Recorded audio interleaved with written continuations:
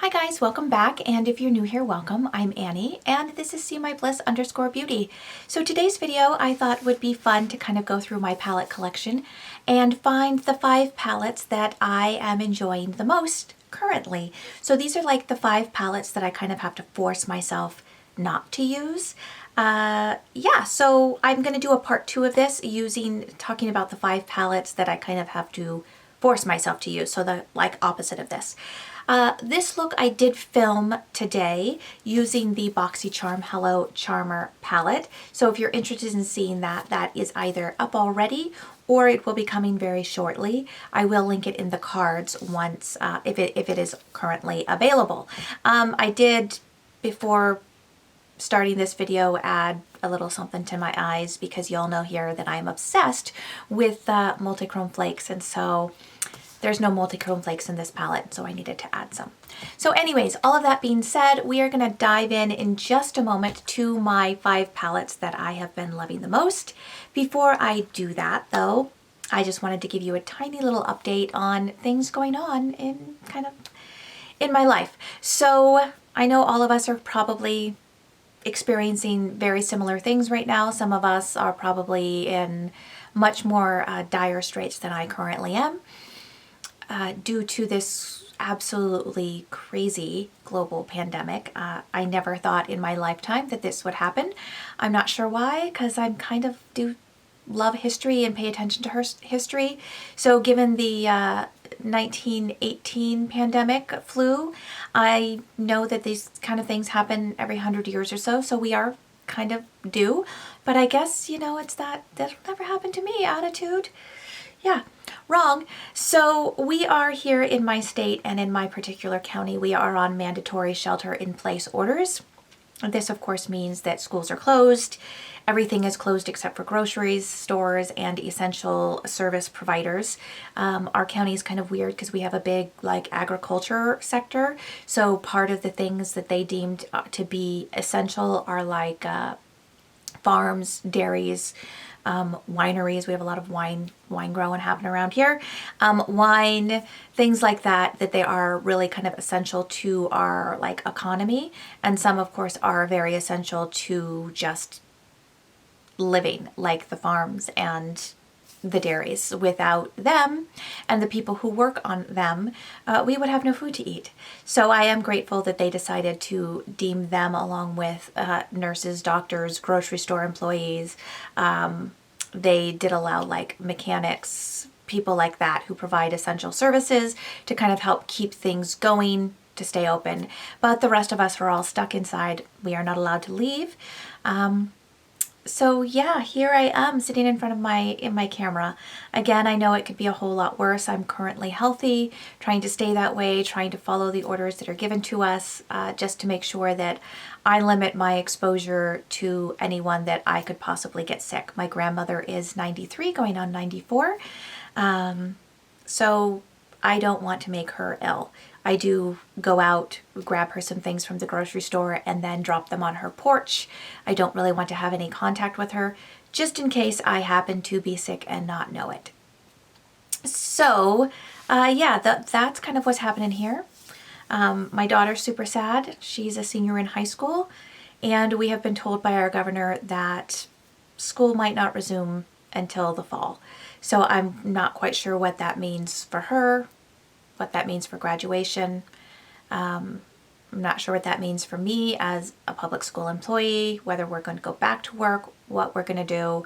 It's all kind of a mess. We're all just kind of figuring it out, but we're trying to stay safe, we're trying to stay healthy, and we're trying to stay positive.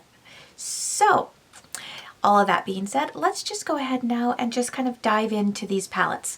So these are in no particular order. Let's see, I think I'm going to kind of scooch over here a little bit so that I can kind of hold them here and you can see them.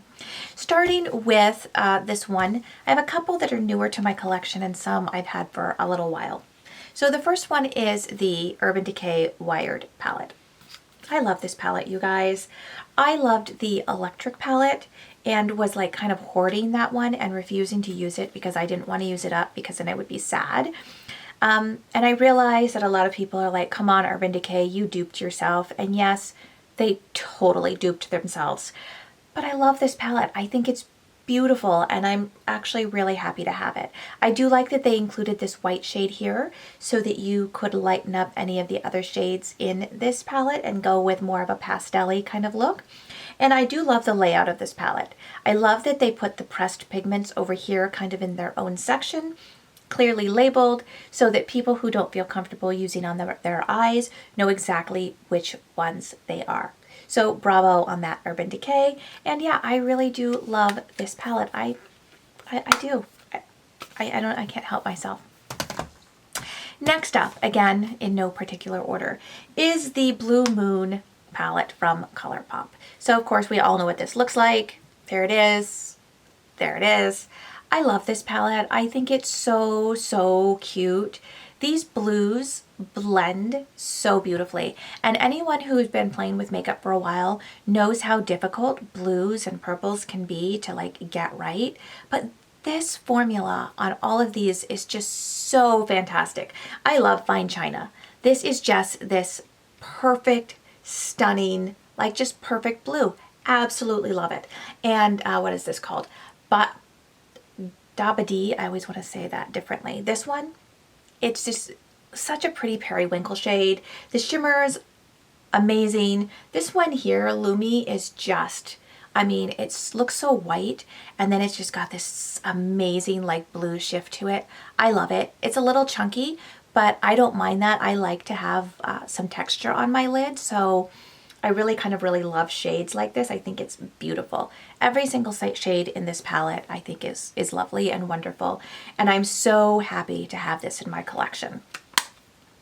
Next up is actually another one from ColourPop. So 2 out of 5 ColourPop. You're kind of killing it here. And this one I feel like doesn't get enough love. This is the ColourPop Truly Madly Deeply palette. I kind of just picked this up on a whim one day when I was at Ulta. I had no particular plans to buy this, but I find this a lot with ColourPop palettes. I'll see them online and I'll go, it's okay. It's fine. It's kind of cute. And then when I see them actually in person in store, I'm like, oh my gosh, that is such a pretty palette.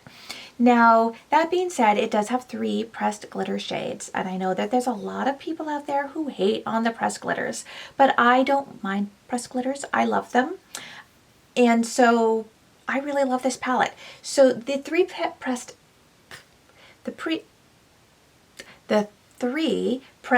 glitter shades in this palette are Hungry Ghost, which is this one here, Renegade, and Indio. I love to use these once I've got, you know, my look down, and I love to just pop them right over the top just to add some like visual interest and really add that kind of texture into things.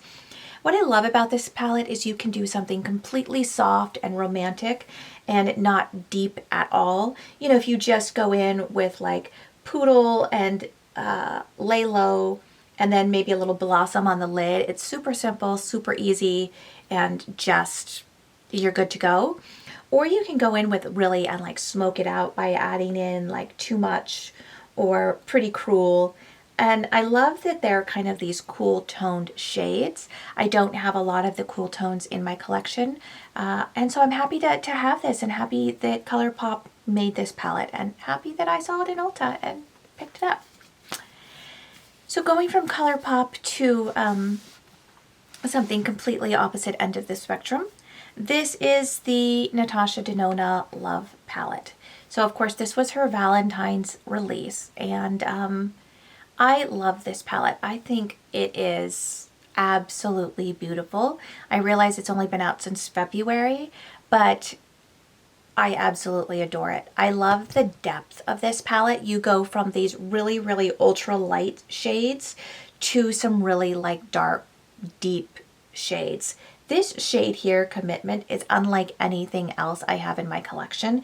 It has such an interesting texture. It feels like almost like wet, and it's like this amazing like blackened purple that you can really use to deepen up everything else. It does have just a tiny bit of like shimmer to it, but once you put it on, that kind of blends right away, and you just get this amazing just, I don't know. I love it. I think that's such a cool, unique shade. I also really like Blind. At first I thought, what is this silver doing in this palette? But it is another one that is just so pretty. It looks very, very silver, but when you put it next to, especially like Commitment, it kind of like picks up like that purple tone.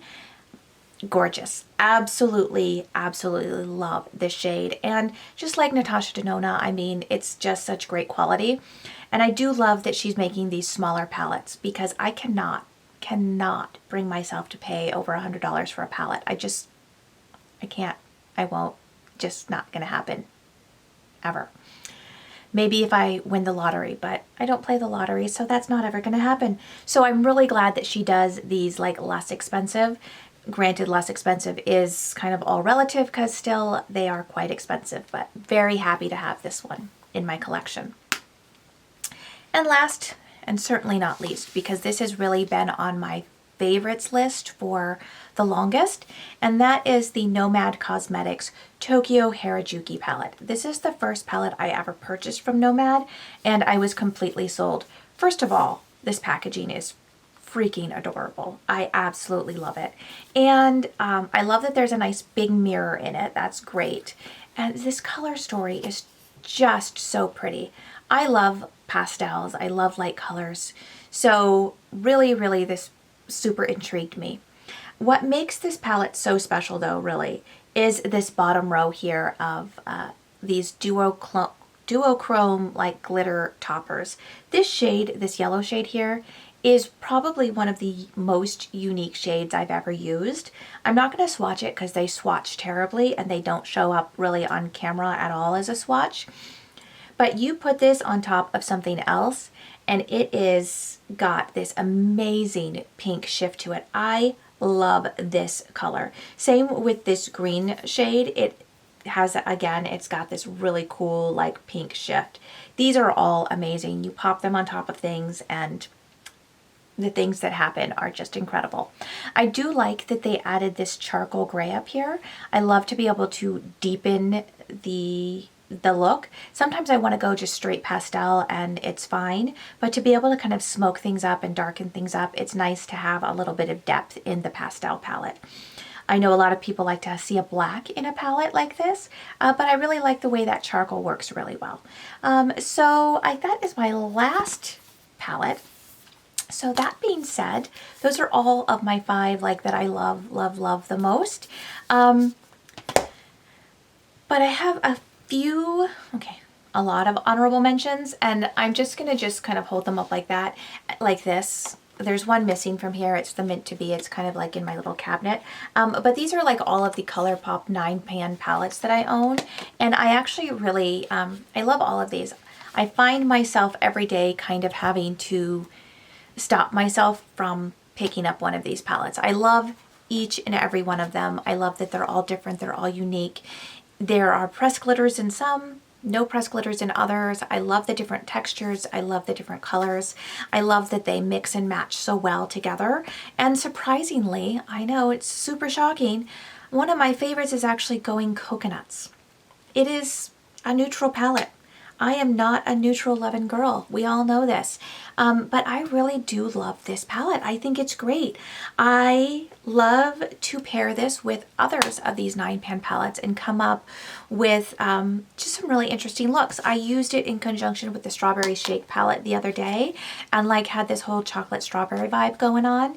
So totally love that. So honorable mention are all of the ColourPop 9-pan palettes. We love them. All right, so I think that is the end of today's video.